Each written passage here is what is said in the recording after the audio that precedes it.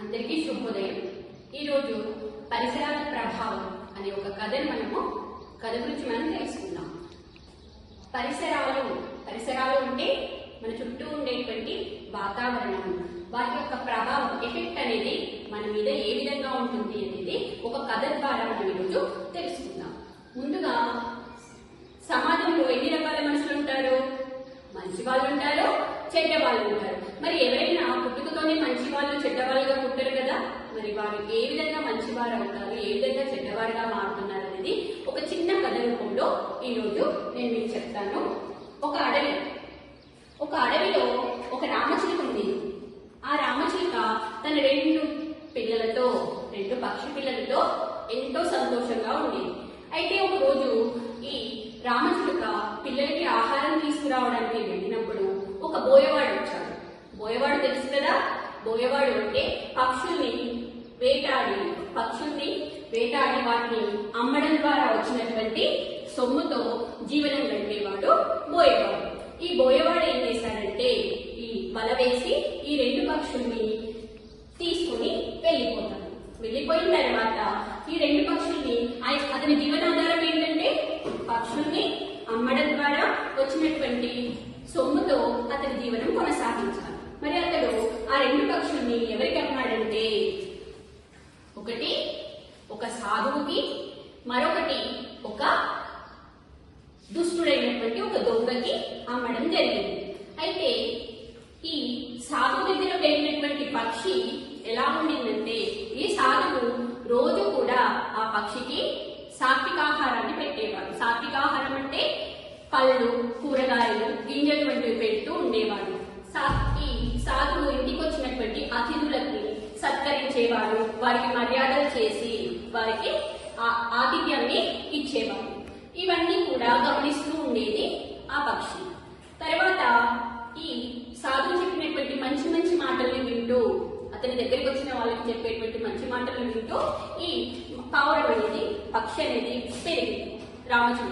ఈ రామచిలుక అనేది పెరిగింది. తర్వాత దుష్టుడి దగ్గర ఉన్నటువంటి మరొక పక్షి ఉంది కదా, ఈ దుష్టుడి దగ్గర ఉన్నటువంటి మరొక పక్షి ఎలా పెరిగిందంటే, ఈ దుష్టుడు ఎటువంటి ఆహారాన్ని ఇచ్చేవాడంటే మాంసాహారాన్ని. ఎందుకంటే దుష్టుడు మాంసాహారాన్ని తినేవాడు. అటువంటి మాంసాహారాన్ని ఈ రామచిలుకకి ఇచ్చేవాడు. అయితే ఈ దుష్టుడు రోజు కూడా ఇతరులను ఇబ్బంది పెట్టేవాడు. ఇతరులను ఇబ్బంది పెడుతూ ఇతరులను హింసిస్తూ ఉండేవాడు. ఈ రామచిలుక కూడా పంజరంలో ఉండి అతను పెట్టేటువంటి మాంసాహారాన్ని తింటూ, అతను చెప్పేటువంటి దుష్ట మాటల్ని వింటూ అతని హింసా ప్రవృత్తిని చూసి అదే అలవరుచుకుంది.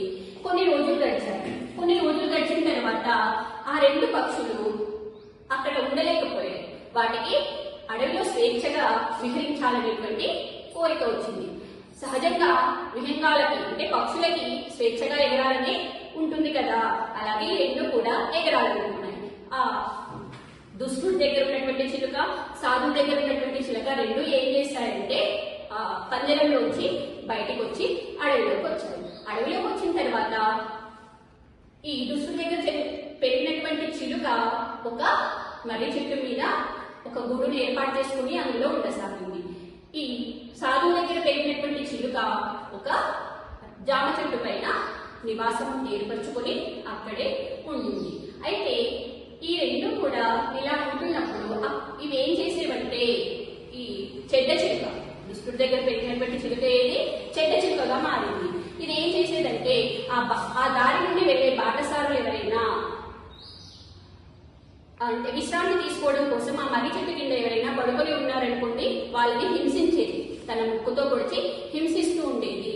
ఆ మంచి చిలుక ఎవరైనా విశ్రాంతి తీసుకోవడం కోసం వస్తే వారికి తన ముక్కులతో వాటి కొమ్మల్ని ఊపుతూ వాళ్ళకి గాలి వచ్చేలాగా చేసేవి. ఇంకా తమ ముక్కులతో కొరికి జామపల్లని కిందికి వేసేవి వాళ్ళకి ఆహారంగా ఇవ్వడానికి.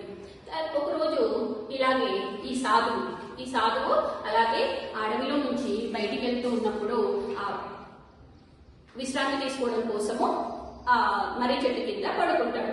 అలా పడుకున్నప్పుడు ఈ చెడ్డ పక్షి ఏం చేసిందంటే మిగతా పక్షులన్నింటినీ పిలిచి ఎవరో బాటసారి ఇలా వచ్చి పడుకున్నాడు, అతనికి మనము అందరం కలిసి అతన్ని హింసిద్దామని చెప్పేసి పిలుస్తుంది.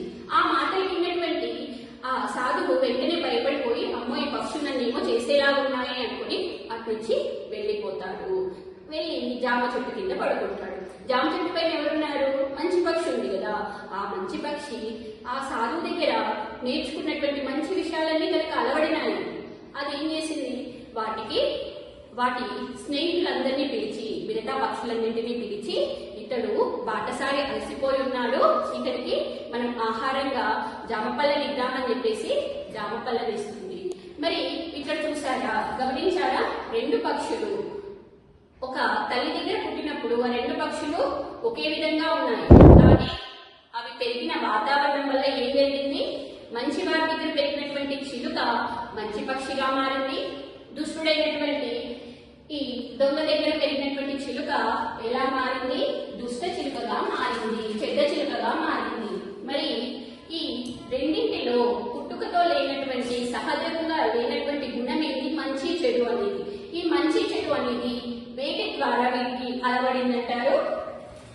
అవి పెరిగినటువంటి వాతావరణము, వాటి యొక్క పెరిగిన వాతావరణం యొక్క ప్రభావము, అంటే వారు పెరిగినటువంటి పరిసరాల ప్రభావం అనేది పిల్లల మీద చాలా ఉంటుంది. కాబట్టి మనం నేర్చుకోవాల్సిన అంశాలు ఏంటంటే, ముందుగా చిన్నప్పటి నుంచే మంచి మంచి మాటల్ని మాట్లాడాలి, చెడు మాటలు మాట్లాడకూడదు, పెద్దల్ని గౌరవించాలి, ఇతరులతో స్నేహంగా ఉండాలి, చెడు మాటల్ని మాట్లాడకూడదు, ఇతరులను బాధ పెట్టకుండా ఉండాలి, చెడ్డ పనులు చేయకుండా ఉండాలి.